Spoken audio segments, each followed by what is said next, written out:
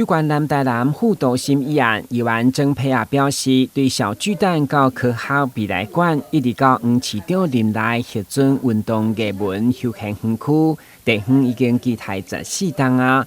第5月举办公听会以后，议员除了希望黄市场林基内会当动工，嘛传出IKEA 加 Costco 等大型商场拢意愿进驻，所以要求市府积极接商。同时，进一步争取不管中华或是区大征收，要将5.2公顷的文教用地来设立专门运动中心，或是特色公园。你有信心？你的任期内2档话会当动工吗？有信心。有信心吼？动工啊，你别讲完成，完成就。当然啦。你讲完成是不可能的。因为即摆打要来个规划尔，那不可以至少上3年呢动工。因为现在跟议员报告，还有主席也是贵选区的，我们是在正常的轨道上依序进行，没有脱轨，也没有没满分啊。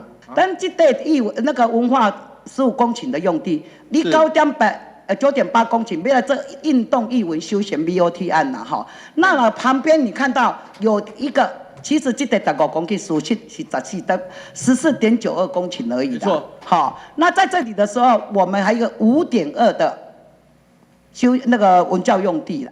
在这里的时候，市长，我工作这单我惊懵，为什么？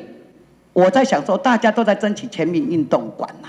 那我觉得从化的精神呐，平均地权条例啦，这多的所在开发的所在基金应该用在开发地方的建设啦，能够取之于地，用之于地方过分吧。跟议员报告，你讲的概念没有错啊，那个可以容我1分钟，请局长跟你。好，局长。跟议员补充一下哈，这个地方它是南台南的区段征收区哈，所以它跟重划的法规有一点点不一样。不过呢，议员所说的取之于地方用之于地方这个增添建设这个精神呢，其实是有的，因为我们整个的盈余我们都会回归到市政府这边来。因为市长表示，南台南副都心议案依照进度拢在正常进行，嘛，予东区资深的议员曾培亚学了黄伟哲是上欣赏的台南市长，同时一并要求解决成山路交通塞车问题，希望开辟新道路串联到大东路、中明路。